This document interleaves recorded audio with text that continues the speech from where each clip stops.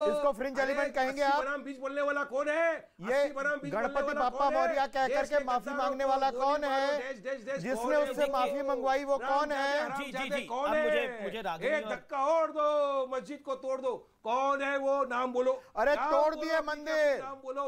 कश्मीर में अभी तोड़े हैं मंदिर। अरे एक तरफ तो हम बोलते हैं हमें लोकतंत्र, हमें संविधान पे भरोसा है, जब संविधान पर मत कार्रवाई होती है तो कहते हैं कि ये धर्म विशेष में कार्रवाई है। मुझे समझ में नहीं आता कि हम किस तरफ है। ये सबसे बड़ा इंपॉर्टेंट बात है। मैं एक सेकंड देखिए वारिस जी, मैंने आपको भरपूर मौका दिया अपनी बात को रखने का। वारिस जी, वारिस पठान, माय हम्बल सबमिशन, आप उनके ऊपर भी बोल रहे थे। मैं सीधा रुख करता हूं, रागिनी नायक और शुभराष्ट्रा मेरे साथ है, मैं रुख करता हूं उनका और उनको अपनी बात को रखने का हक है। क्या आपको लगता है, मैं आपसे सवाल पूछता हूं, वारिस जी मेरा निवेदन स्वीकार करिए ना आप थोड़ा। रागिनी जी आपका मौका है। क्या आपको लगता है जो कानपुर हिंसा में एटीएस ने कार्रवाई करी है वो कार्रवाई जरूरी थी, और इसमें अगर कोई धर्म विशेष दिखता है तो वो सिस्टम को नहीं का अनादर सिर्फ नहीं कर रहा, वो भारतीय संविधान का भी अनादर कर रहा है? क्योंकि अगर पत्थर चले तो तस्वीरें हमारे सामने हैं। अमीश जी, आज बहुत ही गंभीरता और संजीदगी के साथ आपके चैनल के माध्यम से मैं ये कहते हुए जनता से मुखातिब होना चाहती हूं कि दंगे, फसाद और विवाद से ना अच्छे दिन आते हैं, ना सबका साथ सबका विकास होता है, और ना ही 5 ट्रिलियन की इकोनॉमी बनती है।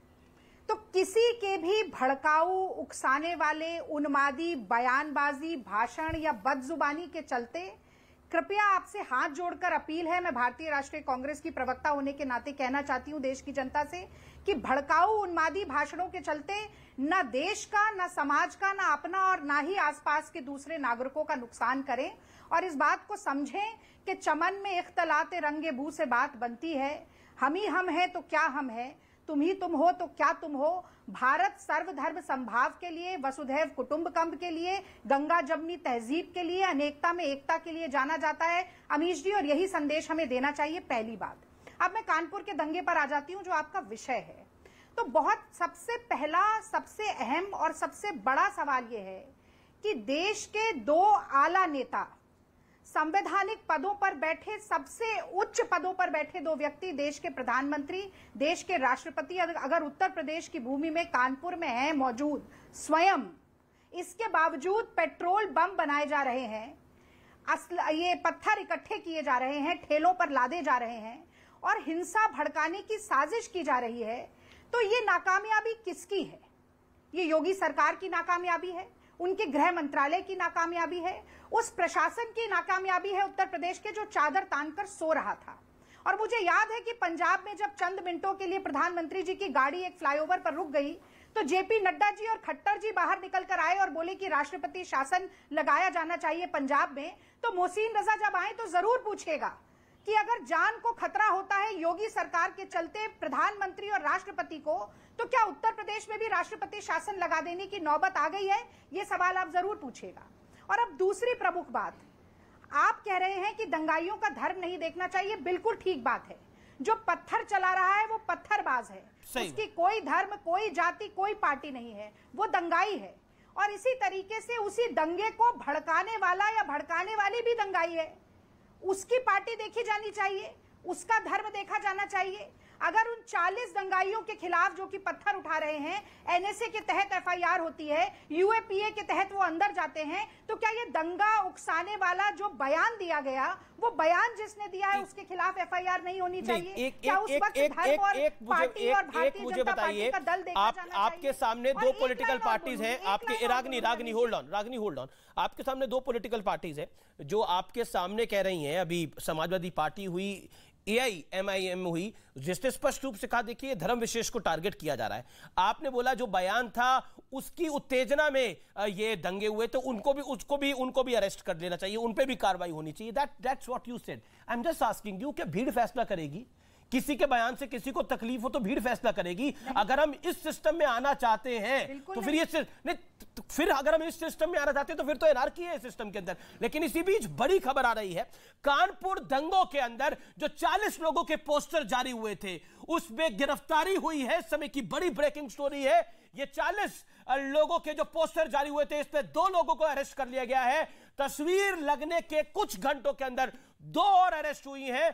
पुलिस ने 4 लोगों की पहचान कर ली थी। 40 संदिग्धों की तस्वीर जारी की गई है। 2 अरेस्ट हो गए हैं। यह बड़ी कार्रवाई है। रागिनी नायक आपकी टर्न है, बोलिए, आप अपनी बात को कंप्लीट करिए। 30 सेकेंड्स, देन शुभराष्ट्र। अमीश जी, आपने पूछा कि क्या भीड़ तंत्र का निर्णय होना चाहिए? बिल्कुल नहीं। कानून का राज है हमारे देश में, संविधान का राज है हमारे देश में, उसी के मुताबिक हर कार्रवाई होनी चाहिए। और मैं बिल्कुल नहीं कहूंगी कि जो पत्थर मार रहा था उसका धर्म देखकर उसको किसी तरीके की रियायत दी जाए। लेकिन इसी के चलते अगर आप मानते हैं कि सुप्रीम कोर्ट का कहना कि हेट स्पीच घातक है और हेट स्पीच के चलते दंगे होते हैं, अगर इलेक्शन बयान आए हैं, वो तो इन्वेस्टिगेशन तय करेगी ना, क्या था क्या नहीं था। मेरी बात पूरा कर लेने दीजिए। जी, आप अपनी बात पूरा कर लेने दीजिए। जी प्लीज। मैं ये कह रही हूं कि अगर किसी की हेट स्पीच के चलते भावनाएं भड़की, उन्माद हुआ, दंगे हुए, तो उस पर भी वही कार्रवाई होनी चाहिए जो पत्थर चलाने वालों पर होनी चाहिए।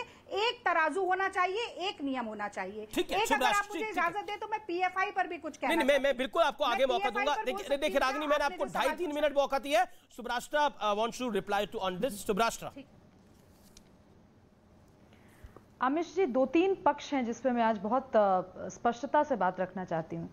पहली बात, मैं इस बात से इत्तेफाक रखती हूं कि केंद्रीय सरकार हो या राज्य सरकार हो, इंटेलिजेंस एजेंसीज, मैं राजनेताओं की बात नहीं कर रही हूं, इंटेलिजेंस एजेंसीज का फेलियर रहा जिसकी वजह से कानपुर में दंगे भड़के।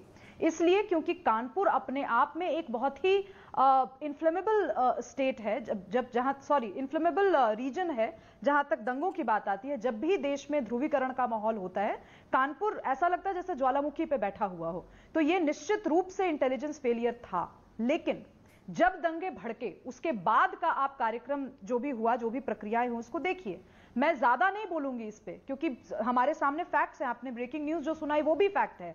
सलमान खुर्शीद जी, जिनको माइनॉरिटी कमीशन के लिए, माइनॉरिटी कमीशन को लेकर के उन्होंने कितनी रिकमेंडेशंस दी, उन्होंने कांग्रेस पार्टी के साथ रहे, उन्होंने कितना काम किया माइनॉरिटीज के लिए, जग विख्यात है। माइनॉरिटी फेस के रूप में उनको कांग्रेस पार्टी रखती भी आई है। उन्होंने भी इस बात का अनुमोदन किया कि जिस तरीके से भाजपा ने काम किया या जिस तरीके से सरकार ने काम किया वो प्रशंसनीय है।